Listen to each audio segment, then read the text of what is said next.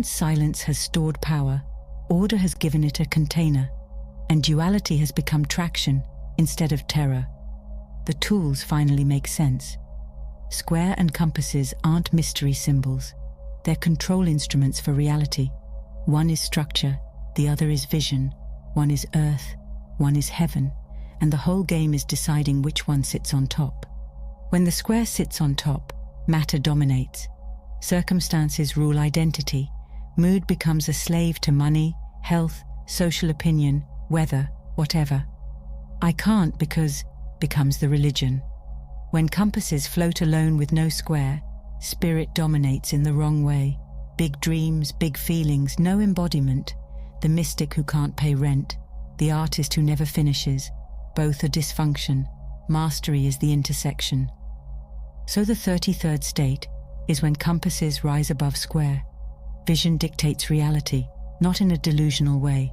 Bills still exist, bodies still exist, responsibilities still exist, but command structure flips. Inner state becomes the driver, matter becomes the vehicle. That's where materializing the impossible stops being motivational poetry and becomes a daily method. Compasses also do something most people miss. They're boundaries. Circumscribe desires and keep passions within due bounds. Passion is wildfire. If it spreads everywhere, it burns your system. You don't repress passion, you contain it, like a river with banks. Without banks, it becomes swamp. With banks, it becomes turbines. Focus becomes pressure. Pressure becomes movement. Movement becomes results. Then the square comes in like a ruthless friend who loves you enough to tell the truth. Crooked actions, lying, shortcuts, manipulation, aren't sins because an angry God is watching. They're structural weaknesses because gravity is watching. Crooked walls collapse, so you apply the square before actions, contracts, relationships, commitments. Is it straight? Is it true? Is it fair? Will it bear the weight of time? A life built on crooked stones can't hold a big vision. The universe doesn't punish. The universe weighs. Now, here's the part where the creative word enters. Most people speak as background noise. Promises, plans, affirmations, constant talking. Nothing changes because the word has no weight, like cheap currency, word inflation. 1,000 declarations with no follow-through. The subconscious stops believing.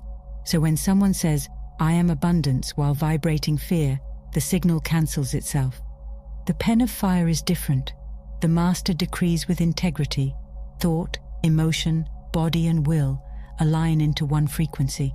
Speech becomes rare, clean, precise. Scarcity restores value, and the decree isn't future tense. Not "I will." That keeps life in postponement. The decree is present. I am here and now. Spoken from the center, not from the throat. Embodied, low and resonant like a bell, then sealed with silence. No checking, no poking the seed, no arguing with reality. A word spoken with total integrity becomes a projectile. A word spoken with doubt becomes confetti. And to make all of this stick, ego has to burn. Not self-hatred, weight reduction, Phoenix law. The old identity can't carry the new life. The shell has to crack. Staying in the void between old self and new self is the toll. So when criticism comes, there's no desperate defense. Let the insult burn vanity away.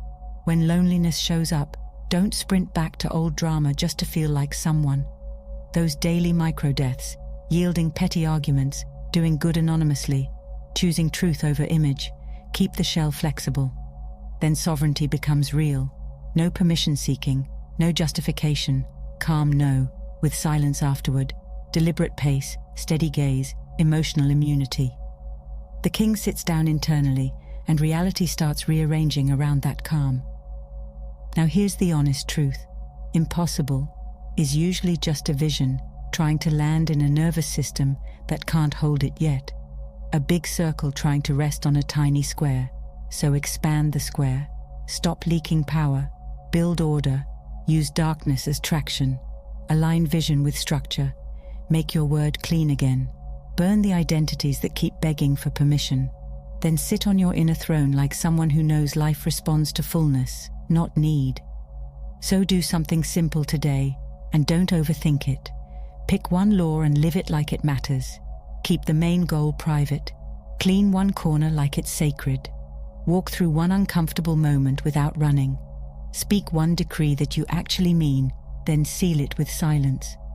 Move 10% slower, not because you're lazy, but because you're no longer chased by scarcity. Step into the 33rd degree state the only way anyone ever has. Not by being told you're ready, but by acting like you already are.